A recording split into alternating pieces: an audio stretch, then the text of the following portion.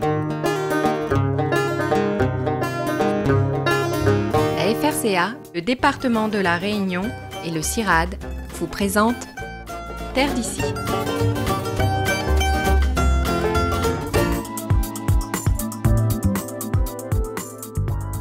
Après la journée consacrée aux thématiques animales, ces deuxièmes rencontres AgroFertile Junior s'ouvrent cette fois-ci sur le monde du végétal.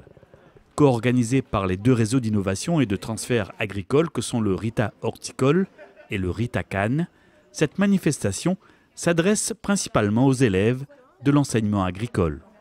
Tous les établissements d'enseignement agricole de la Réunion sont concernés avec tous les niveaux de formation. On va des bacs pro au CAP jusqu'au BTS, voire même des masters de l'université sur l'environnement qui participent aussi à cet événement de partage d'informations. La plateforme Wikio va nous aider donc à identifier les plantes que vous avez sur votre parcelle.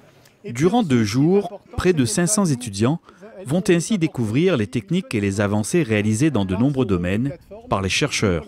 Alors, nouvelles techniques, nouvelles approches, mais quand même avec un fil conducteur général qui est l'agroécologie, donc avec quand même des pratiques et des techniques plus vertueuses à la fois pour l'environnement, la santé de l'agriculteur, l'efficacité, la santé du consommateur. Voilà, donc quand même un fil conducteur qui est l'agroécologie et les pratiques vertueuses alternatives aux chimiques. Pour cela, des ateliers, une trentaine au total, ont été installés sur tout le site de l'Arme et Flore à Saint-Pierre. De la création variétale de canne à sucre à la gestion des mauvaises herbes grâce à Internet, les étudiants découvrent ici les possibilités qu'offrent toutes ces disciplines. Chacun montre où en sont ses travaux. Pourquoi ? Parce qu'on sent bien que nous sommes dans un tournant de l'agriculture. Avant, on avait des molécules qu'on pouvait utiliser assez facilement. Aujourd'hui, elles sont de plus en plus rares parce que la réglementation les retire.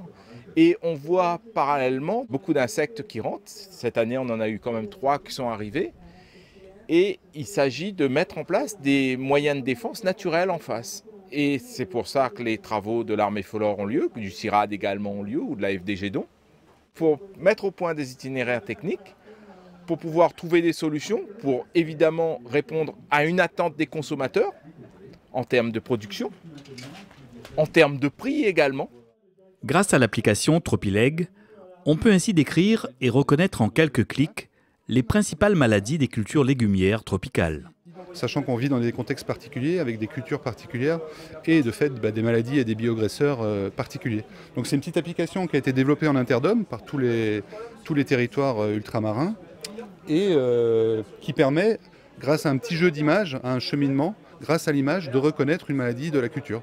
Donc là, j'étais avec des petits jeunes, à partir directement des tâches sur la feuille, ils ont pu arriver à décrire la maladie et ensuite d'avoir des préconisations de lutte alternatives et notamment agroécologiques.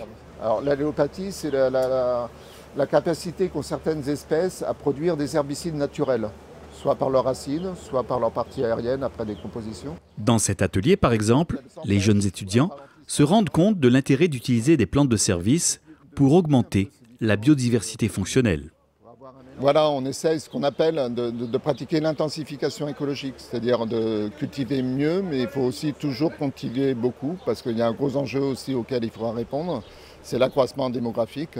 Donc il va falloir continuer à nourrir le monde, et donc produire plus et mieux pour nourrir les nouvelles générations qui arrivent.